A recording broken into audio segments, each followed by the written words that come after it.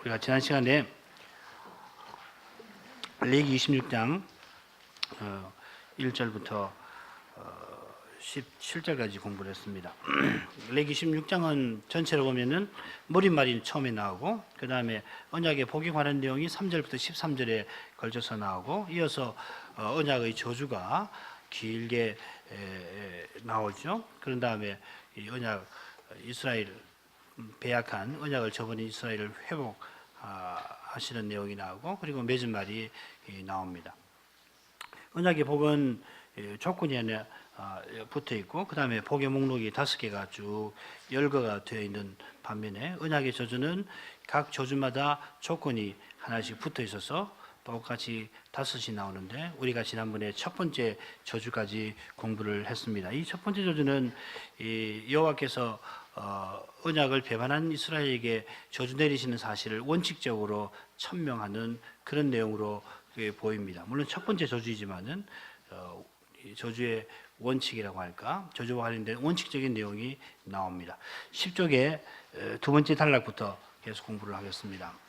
둘째 저주는 첫째 저주를 받아도 여전히 여호와께 청종하지 아니할 경우에 임합니다. 너희가 그렇게 되어도 내게 청종치 아니하면 너희 죄를 인하여 내가 너희를 7배나 징계할지라. 둘째 저주는 첫째 저주보다 7배나 7배나 무겁게 될 것입니다. 10쪽입니다. 10쪽 지금 하고 있습니다. 7배라고 할 때는 이 저주의 중대함을 뜻하는 것으로 생각하는 것이 좋지 그 표현을 문자적으로 생각할 것은 아닐 겁니다. 그런데 우리가 이 말씀에서 주목해야 할 표현이 있습니다. 그것이 이 저주가 배도하는 언약 백성을 멸절시키려고 하는 것 아니고 그들을 징치하기 위한 것이다 하는 사실입니다. 여호와께서 이스라엘을 향하여 길이 참으시면서 그들을 바로잡기 위하여 징계하시는 것입니다. 첫째 저주 때에는 농사를 지어서 대적에게 빼앗기는 정도였는데 둘째 저주 때에는 첫째 저주와는 비교할 수 없는 그런 상황이 됩니다. 내가 너희의 세력을 인한 교만을 꺾고 너희 하늘로 철과 같게 하며 너희 땅으로 놋과 같게 하리니 너희 수고가 헛될지라. 땅은 그 산물을 내지 아니하고 땅의 나무는 그 열매를 맺지 아니하리라. 너희 세력을 인한 교만이라 했는데 이건 하나님께서 적극적인 불순종에 대해서 첫 번째 저주도 그냥 뭘 잘못했는데 모르고 죄를 지었는데 뭐 저주 내리고 그러시는 거 아니죠. 그냥 하나님을 미워하는 거예요. 하나님을 적극적으로 미워해서 하나님의 윤례를 거부하고 나가는 그런 태도를 말하죠. 그래서 하나님께서 저주를 내리셨는데 거기에 아랑곳하지 아니하는 교만을 가리키는 것입니다. 이게 굉장한 겁니다. 사람 안에 있는 무서운 것이 있어요. 조금만 하나님의 법을 실수로라도 어기면은 얼마나 마음이 무겁습니까? 이거 내가 지금 무슨 이런 일을 다 했나? 참 어떻게 하다 그렇게 됐을까? 그 마음이 절로 들잖아요. 회개하고. 가령 신자는 꿈을 꾸더라 또 꿈속에서 죄를 지어도 일어나면 참 마음이 무겁잖아요. 그게 신자예요. 그렇지 않나요? 꿈에서 그런 거, 뭘 그런 거 가지고서 마음을 그런 생각을 다 하냐? 물론 그거 가지고 뭐 자책감을 한다든지 그러면은 곤란하겠습니다만 신자의 마음은 그런 거거든요. 꿈속에서라도 죄 짓는 일을 했다면은 참 하나님 앞에 송구하고 참 이게 인생이구나. 내 심리라고 하는 것도 죄의 본성으로 오염이 돼가지고서 내가 어떻게 해볼 수 없게 되었구나. 뭐 그런 일 꿈속에만 그런 겁니까? 자기도 모르는 사이에 어떤 말이 툭 튀어나오기도 하고 자기 가만히 있는데 죄 짓는 생각이 싹 올라오잖아요. 죄 짓는 생각이 올라온다고 해서 그것이 죄는 아닙니다. 그 죄의 본성에서 나온 것이지 생각이 또 올랐다고 해서 아이고 내가 죄 지었구나 이렇게 생각할 것은 아니로되 그렇지만은 내 죄의 본성에서 이런 것이 올라오는구나. 내가 이거 통제할 수가 없는 거구나. 그런 걸 생각하고 숙연해지고 또 이 죄의 본성 이 인생의 타락, 아담의 불순종으로 인해서 죄가 만면에 있는 거, 이게 남 이야기 아니거든요. 그런 걸 생각하고 하나님 앞에서 겸손해지는 것이거든요. 그런데 이렇게 저주를 받고서도 아주 목을 꼿꼿하게 세우는 교만이 있어요. 교만은 무섭습니다. 교만한 마음이 생각될 때는 아주 무섭게 생각해야 해요. 조금이라도 교만한 생각이 떠오르면은 큰일 났구나 생각을 해야 한단 말이죠. 하나님께서 그 교만을 꺾으시려고 하늘이 철과 같게 되게 하시고 땅이 녹과 같게 되어서 그러면 뭐 전혀 추수를 거둘 수 없는 극한 상황을 내리시는 겁니다. 둘째 저주가 풍요에 관한 것이라면은 세 번째 저주는 들짐승의 저주라 할 수가 있습니다. 너희가 나를 거슬러 내게 청종치 않을진대 내가 너희 죄대로 너희에게 7배나 더 재앙을 더할 것이라 내릴 것이라.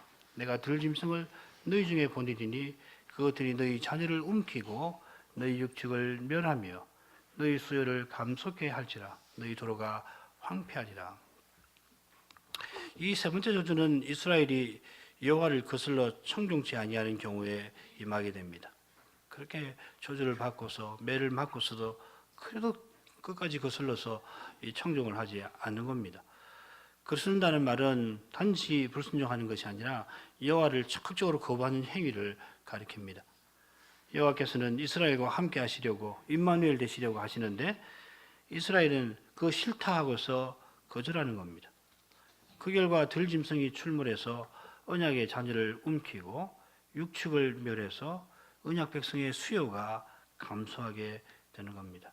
우리 현대인들은 이런 걸 조금 낯설게 느끼는지 모르겠어요. 오늘날은 여러 가지로 사회 질서가 안정화되고 또 자연, 짐승들에 대한 문제도 상당히 대비할 수 있어서 이 기근 문제도 그렇잖아요. 아프리카 같은 데는 심각합니다만은 선진국 같은 데서는 이들 좀 덜하게 생각하고 자연재해 같은 것을 우리는 좀 덜 민감하게 생각하죠. 아파트에 딱 앉아 있으면은 천둥이 쳐도 벼락이 쳐도 그런가 보다 그러지만은 그런 거 없는 사회에서는 무시무시한 겁니다. 그러나 오늘날에도 이 문명이 이렇게 발전되어 있지만은 하나님께서 치시면은 감당 못합니다. 하나님께서 손을 들어서 어떤 사회든지 치시고 기근이든지 자연재해든지 쓰나미 같은 거 보시면 보셔서 알지만은 꼼짝 못하는 겁니다. 일본이 그래 선진국 아니에요? 그렇게 방비를 철저하게 했지만은 쓰나미 같은 걸로 쓸어버리시면은 감당 못하는 겁니다. 일본 아니라 가장 뛰어난 선진국이라도 하나님이 진노하셔서 치시면은 꼼짝 못하는 거예요. 자연과학이 발전하고 기술 문명이 진보했다고 해서 결코 오만한 생각을 가져서는 안 됩니다. 이런 것이 실감이 안 되면은 그런 자연재해 같은 걸 연상을 하셔도 좋을 겁니다. 이 내용들은 언약의 법과 정반대되는 것입니다.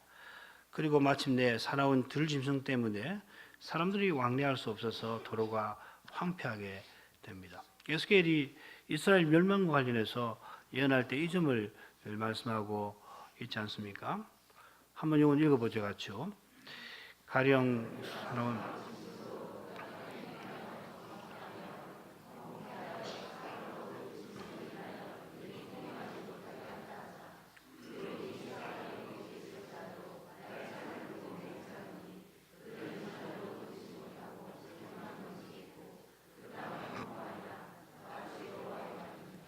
여기 세 사람이란 노아, 다니엘, 욥을 말합니다. 이런 의인 중에 의인 아닙니까? 구약을 대표하는 의인 셋이 있어도 그들만 겨우 목숨을 건지고 나머지는 멸망을 당할 것이라 말씀합니다. 그 상태를 사나운 짐승으로 인적이 끊기는 것으로 묘사하고 있습니다.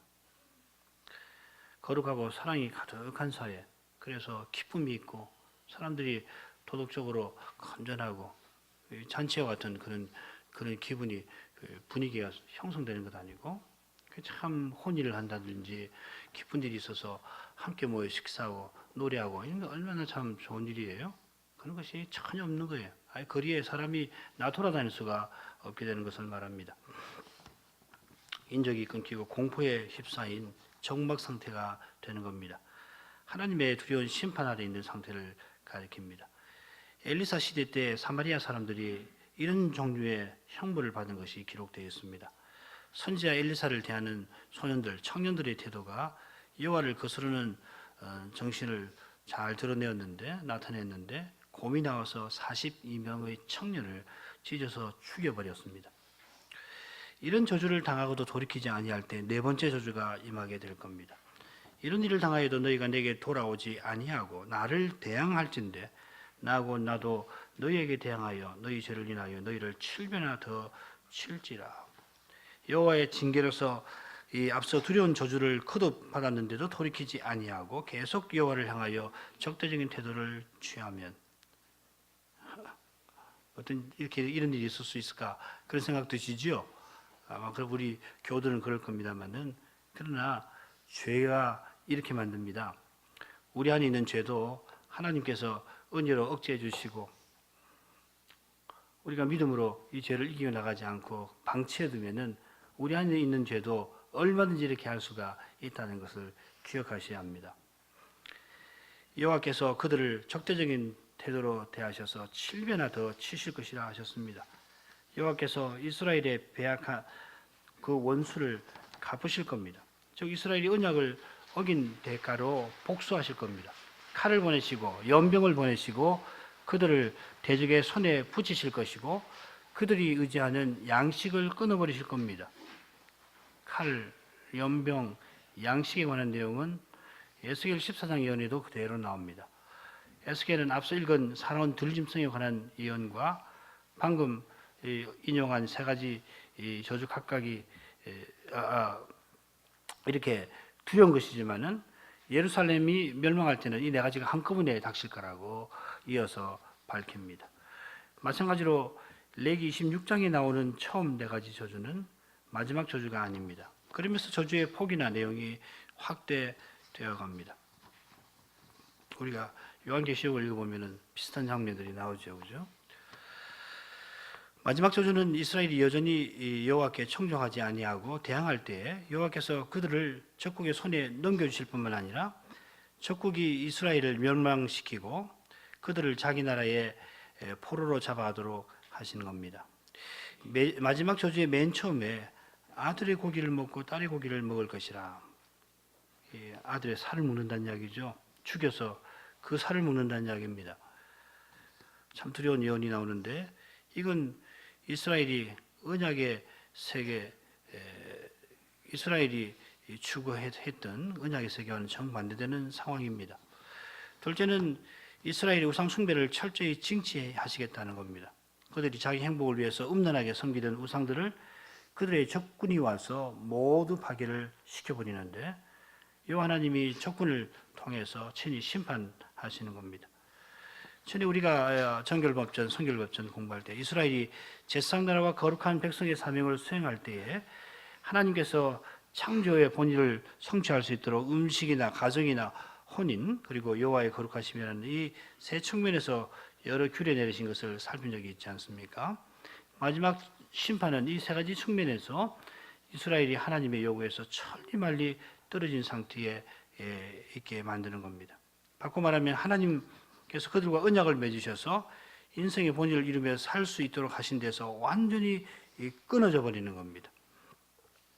이것을 단적으로 보여주는 것이 바로 여호와께서 이스라엘에게 기업으로 주신 이 가나안 땅이 황폐하게 되는 거고 언약 백성은 이 땅에서 쫓겨나서 열방 중에 흩어져 버리는 것입니다. 그 땅을 황폐케 하리니 거기 가는 너희 대적이 그것을 인하여 놀랄 것이며 내가 너희를 열방 중에 흩을 것이요 내가 칼을 빼어 너희를 따르게 하리니 너희의 땅이 황무하며 너희의 성읍이 황폐하리라. 하나님께서 이스라엘과 언약 맺으신 목적이 완전히 무산되어 버리는 겁니다. 열방에 흩어진 이스라엘의 삶에 관해서는 다음과 같이 예언합니다. 너희 남은 자에게는 그 대적의 땅에서 내가 그들의 마음을 약하게 하리니 그들은 바람에 불린 잎사귀 소리에도 놀라 도망하기를 칼을 피하여 도망하든 할 것이며. 얼마나 사람 사는 생활이 어렵겠습니까? 조금만 무슨 소리가 나도 겁이 확 나서 마치 칼에 쫓겨 도망하는 것처럼 그렇게 도망하게 된다는 겁니다.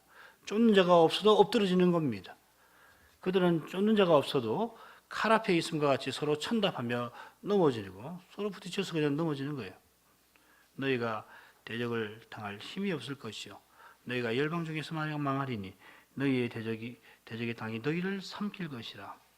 너희 남은 자가 너희 대적의 땅에서 자기의 죄로 인하여 쇠잔하며 그 열조의 죄로 인하여 그 열조같이 쇠잔하니라. 언약의 복을 받아 가나안 땅에서 안전히 거하는 것과는 정반대되는 그런 처지를 말씀하는 겁니다. 반면에 이스라엘이 하나님의 말씀을 청종치 아니하고 언약을 버려서 하나님의 규례와 법도를 멸시하고 미워한 까닭에 안식년과 희년의 규례가 지켜지지 않아서 안식하지 못하던 땅은 이 기간에 안식을 되찾게 됩니다. 이거 같이 읽어보죠. 너희가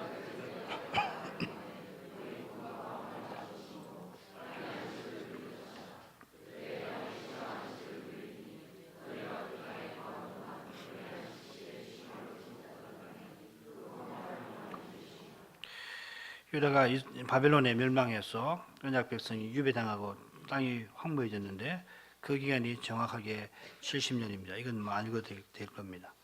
마치 7년 안식년을 10번 누리듯이 정확하게 말하면 70번의 안식년을 누리듯이 가나안 땅이 안식을 누리게 되었습니다. 농사를 짓지 않으니까요.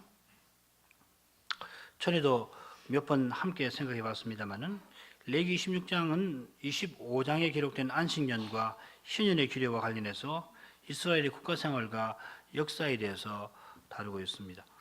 이스라엘이 하나님 언약을 믿고 하나님 말씀에 청종할 때 언약 백성으로서 사명을 정당하게 수행해 나갈 수 있는데 그럴 때 그들이 사는 땅이 언약의 복을 누리게 될 겁니다. 반대로 그들이 하나님을 거슬러서 하나님 법도와 규례를 미워하고 하나님을 대적할 때는 그들이 사는 땅이 안식을 누리지 못하다가 언약 백성이 패망하여 열방에 흩어질 때 안식하지 못하던 땅이 안식을 누리게 됩니다. 바로 이 사실은 이스라엘 역사가 언약을 배반하고 패망해서 열방이 흩어지는 것으로 끝나지 아니할 것을 암시합니다. 과연 그 다음 단락 후반부에 그 점이 명시되어 있는데 이스라엘이 언약을 배반한 까닭에 열방에 흩어져 형벌을 받고 그들이 없는 동안 가나안 땅이 안식을 누리는 겁니다. 이 사실 자체가 의미하는 바가 크죠. 이 기간에 여호와께서 자기 백성을 권고하시고 물론 징치하시고 징계하셔서 그 징계를 순히 받게 하시는 겁니다. 그래서 마음을 돌이키게 하는 겁니다. 그들이 파기한 언약을 폐하지 아니하실 겁니다.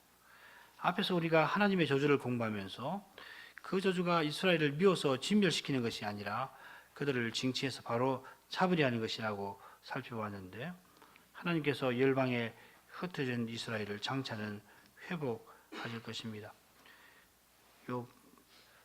그들이 자기 죄와 그 열조의 죄와 및 그들이 나를 거스린 허물을 자복하고 또 자기들이 나를 대항하였으므로 나도 그들을 대항하여 그 대적의 땅으로 끌려갔음을 깨닫고 그 할례받지 아니한 마음이 낮아져서 그 죄악의 형벌을 순히 받으면 내가 야곱과 맺은 내 언약과 이삭과 맺은 내 언약을 생각하며 아브라함과 맺은 내 언약을 생각하고 그 땅을 건고하리라. 이스라엘이 죄를 자복하고 낮아진 마음, 겸비한 마음으로 하나님께서 내리신 그 형벌을 그 징계를 달게 받으면은 순히 받으면은 하나님이 열조와 맺으신 언약을 기억해서 그 땅을 건고하시리라. 그들을 회복하시겠다 하는 겁니다. 조금 뒤에 가면은 그들을 회복하시는 내용이 나옵니다. 이스라엘이 언약을 배반한 마음을 가리켜서 할례받지 못한 마음이라, 할례받지 아니한 마음이라 했는데 장차는 성신을 부어서 그들의 마음이 할례받게 하실 겁니다. 할례받지 아니한 마음은 율법을 행할 수 없고 오직 성신으로 할례받은 마음이 율법을 행할 수가 있습니다. 이스라엘 나라의 완전한 회복이 장차 메시아가 성신 부어 주실 때에 있게 될 것입니다. 사도행전 같이 읽어보죠.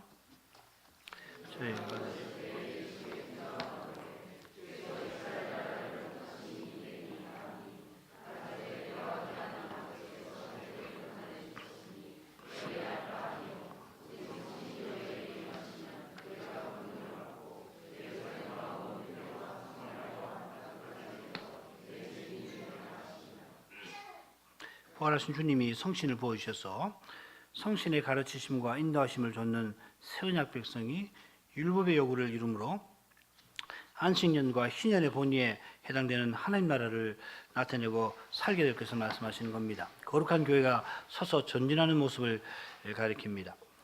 레기 26장의 넷째 단락은 이런 시대까지를 예언하고 있습니다. 물론 가까이는 70년 포로 생활을 마치고 에스라 느헤미야의 영도 아래 성전을 재건축하는 것, 예루살렘 성을 중건하는 것을 예언하는 겁니다만은 궁극적으로는 그리스도 안에서 세워지고 성신의 능력으로 서나가는 하나님 나라를 예언하고 있습니다. 마지막 절은 이 레기 26장의 맺은말이면서 25장의 맺은말도 됩니다. 이상은 여호와께서 시내산에서 자기와 이스라엘 자손 사이에 모세로 세우신 규례와 법도와 율법이라. 우리말 성경으로는 이 교차법을 잘 식별할 수가 없는데 어순이 다르기 때문에 원문으로 하면은 아주 전형적으로 레기 25장 1, 2절 그 머리말하고 그다음 레기 26장 마지막에 맺은 말은 전형적인 교차를 이루고 있습니다. 여호와께서 모세에게 이르시되 시내산에서 이스라엘 자손에게 내가 너에게 주는 땅에 들어갈 때에 이렇게 되었습니다. 이상은 여호와께서 주신 사실은 뒤에 나오는데 규례와 법도와 율법이라 나와 이스라엘 자손 사이에 시내산에서 모세를 통하여 이렇게 됐습니다. 둘이 아주 딱딱 맞죠.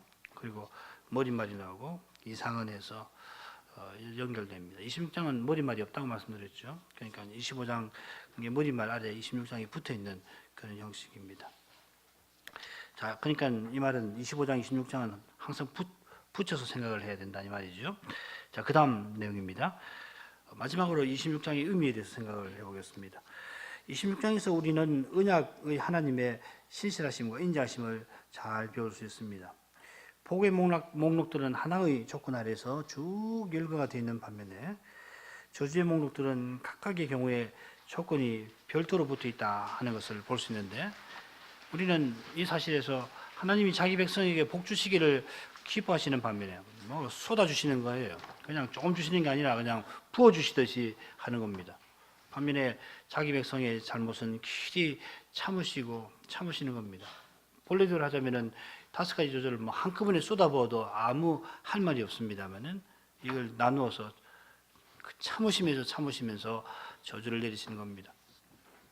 이스라엘이 하나님의 언약을 저버릴 뿐만 아니라 하나님의 칭찬을 받으면서도 그 마음을 돌이키지 아니하고 더욱 완고한 대로 떨어지지만은 하나님은 단번에 내치지 아니하시고 돌이키시기를 바라십니다.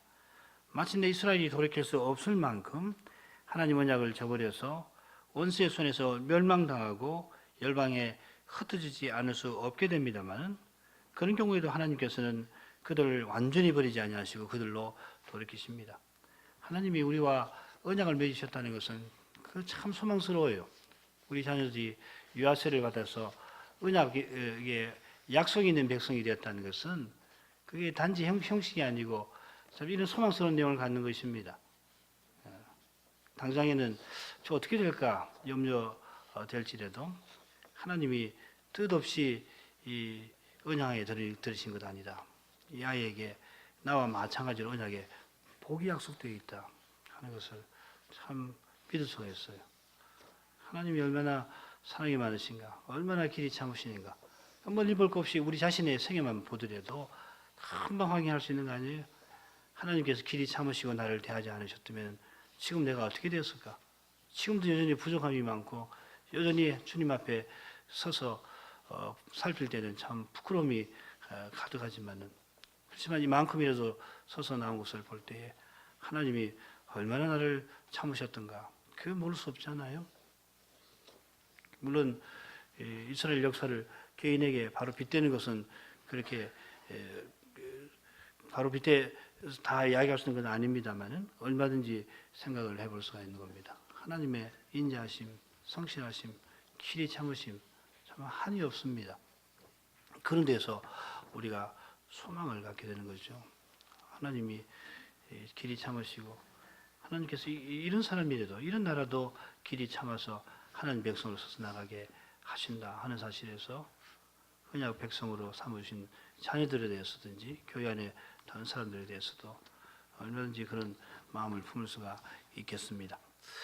이스라엘의 시인은 여호와의 인자하심과 신실하심에 대해서 이렇게 노래합니다. 같이 읽어보죠.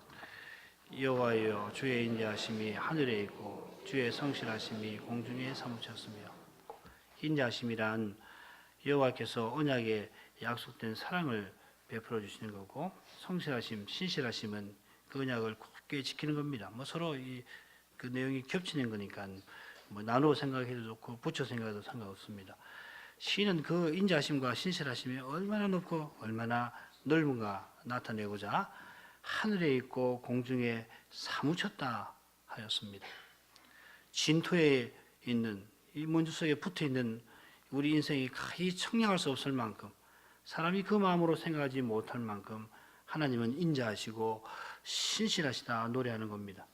그래서 시편 100편의 시인은 감사의 시를 쓸 때에 여호와의 인자하심과 성실하심을 빠뜨리지 않습니다. 같이 읽어보십시다. 대저 여호와는 선하시니 그 인자하심이 영원하고 그 성실하심이 대대에 미치리로다. 이런 인자하심과 신실하심이 레위기 26장에 잘 나타나 있습니다. 대대로 미칩니다. 영원히 미칠 것입니다. 여기에 우리의 구원이 확실함이 있는 거 아니에요? 둘째로 우리가 레위기 26장에서 배울 수 있는 점은 레위기 26장이 전체 레위기에서 차지하는 그 역할, 위치와 역할입니다. 26장은 25장에 기록된 희년과 안식년의 규례와 그 정신을 중요한 참조 내용으로 삼고서 이스라엘이 거룩한 백성으로서 언약 목표를 이루고 살 때 받게 되는 복과 그 목표를 저버리고 그 사명을 저버리고 나갈 때 받게 되는 저주를 언급하고 있습니다. 25장에 언급된 안식년과 희년의 규례는 언약의 목표가 여호와께서 주신 기업의 땅에서 하나님 주신 사명을 이루어서 그 영광 드러내고 하나님 주시는 좋은 것으로서 하나님의 사랑의 통치 아래에서 참된 안식을 누리며 사는 데 있다는 것을 잘 보여줍니다. 26장은 어떻게 하면 이 복 가운데 살 수 있는가? 반대로 이스라엘이 어떻게 하면은 이런 복과 대척적인 언약의 저주 가운데에서 떨어지게 되는가를 다루고 있습니다. 이렇게 레위기 26장은 25장과 하나의 단락을 형성하면서 이스라엘이 이 거룩한 백성으로서 어떻게 국가 생활을 전개해 나가야 할 것인가를 규정하고 있는 동시에 이스라엘 역사는 동시에 어떻게 전개될 건가를 예언하고 있습니다. 레위기 16장은 하나님 언약을 믿고 하나님 언약 말씀을 청종해서 그 법도와 규례에 순종하면 복을 주시고, 반대로 하나님을 사랑치 아니하고 하나님 언약을 저버려서 그 법도를 멸시하고 그 규례를 미워하면 저주를 내릴 것이라 하셔서 이스라엘이 하나님 은혜를 깨닫고 사랑하는 마음으로, 하나님을 사랑하는 마음으로 특별히 25장에 명시된 안식년과 희년의 규례를 준수해서 거룩한 백성으로서 나가라 명합니다. 이걸 지키지 않고서는 하나님 바라시는 그런 세계를 이룰 수가 없는 거거든요. 그와 동시에 26장은 이스라엘 역사에 대한 예언이기도 합니다. 우리는 이런 내용에 비추어서 25장, 26장을 레위기 1장부터 7장까지와 관련해서 생각해 볼 수가 있을 겁니다. 1장부터 7장은 언약 백성으로서 이스라엘이 그 삶을 출발하는 시점에서 어떻게 하나님을 가까이해서 하나님과 교제할 것인가 하는 것을 제사 규례를 통해서 그 얼개를 제공하고 있습니다. 반면에 25장, 26장은 27장과 더불어서 이스라엘이 국가 생활의 출발을 형성하는 이 제사 규례를 통해서 역사에서 어떻게 이 국민 생활을 전개해 나가야 할 것인가, 어떻게 거룩한 백성의 사명을 이루고 나가야 할 것인가, 제도적인 면에서 제시를 하고 있습니다. 동시에 1장부터 7장은 이스라엘의 국민 생활의 출발점을 보여주는 동시에 26장은 이스라엘이 결국 언약을 등지고 멸망하여 열방에 흩어질 것과 하나님이 그들을 회복하실 것을 예언하는 이스라엘 생활의 종말에 해당되는 내용을 가리키고 있습니다. 자, 오늘 이만큼 하죠. 기도하십시다. 거룩하신 하나님이여, 예수 그리스도 안에서 큰 구원을 베풀어 주셔서 저희와 저희 자녀들을 거룩한 언약 안에 들어오게 해주시고, 그리하여서 하나님이 베풀어 주시는 그 거룩한 사랑의 통치 아래에서 살며 하나님의 뜻을 순종하고 하나님 기뻐하시는 바를 이루어서 인생으로 이 세상에 난 보람을 다 하며 살게 해주신 것을 감사합나이다. 이스라엘에게 내리신 거룩한 규례와 제도에서 저희가 하나님 언약에 관하여 더 깨닫는 바가 있게 해주심으로 저희가 언약의 하나님 곧 거룩하신 하나님을 어떠한 태도로 대해야 모셔야 마땅한지를 항상 유념하게 해주시고 그리할 때 무엇보다도 그리스도 안에서 베푸신 그 구원의 약속을 확고하게 믿고 그리스도를 의지할 것이요 또한 그리스도의 영이신 성신을 항상 의지해야 하겠사옵나이다. 그리스도 안에서 성신의 능력으로 행하는 교회와 신자에게서 하나님이 언약을 맺으신 본이 거룩한 하나님 나라가 나타날 수가 있겠사오니 그러므로 저희가 어떠한 심정으로 여세의 일상을 살아가야 할 것을 모를 수가 없겠습니다. 하나님께서 주신 그 사랑을 생각하든지 그 사랑을 베푸신 거룩한 목표를 깨닫든지 할 때 저희가 어떻게 게으른 태도를 취할 수가 있고 어떻게 아무 할 일 없는 사람처럼 지낼 수가 없사오며 오히려 깨달으면 깨달을수록 저희 전부를 저희 생활의 전체를 주님에게 늘 드리고 살아야 할 것을 생각하게 되며 연약한 저희로서는 스스로는 그렇게 할 수 없음을 알므로 겸손히 하나님의 지혜와 힘주심과 지혜 주심을 구하고 나가야 할 것을 또한 깨닫사옵나이다. 거룩하신 하나님 아버지 이러한 저희 심령을 살펴주셔서 저에게 늘 착하고 좋은 마음을 불어넣어 주시며 선한 열심을 일으켜 주셔서 주께서 보이신 이 거룩한 뜻을 더욱 성취해 나갈 수 있도록 하여 주시옵소서. 예수 그리스도 이름으로 기도하옵나이다. 아멘.